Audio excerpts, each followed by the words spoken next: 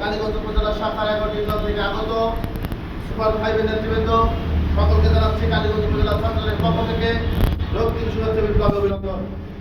সমাজ উপস্থিতি, আপনারা সকল অবগত আছেন আগামী 17 মে খুলনা তারুণ্যের সমাবেশে আমাদের সকলকে যেতে হবে।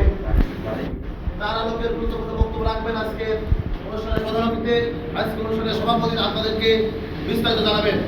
আমি শুধু আপনাদেরকে বলতে চাই, আপনারা এখান থেকে ফিরে যে নিজ নিজ ইউনিয়নে আলোড়ন সৃষ্টি করবেন, মানুষকে উৎসাহ উদ্দীপনার মাধ্যমে জানাবেন একটি তারুণ্যের সমাবেশ হচ্ছে।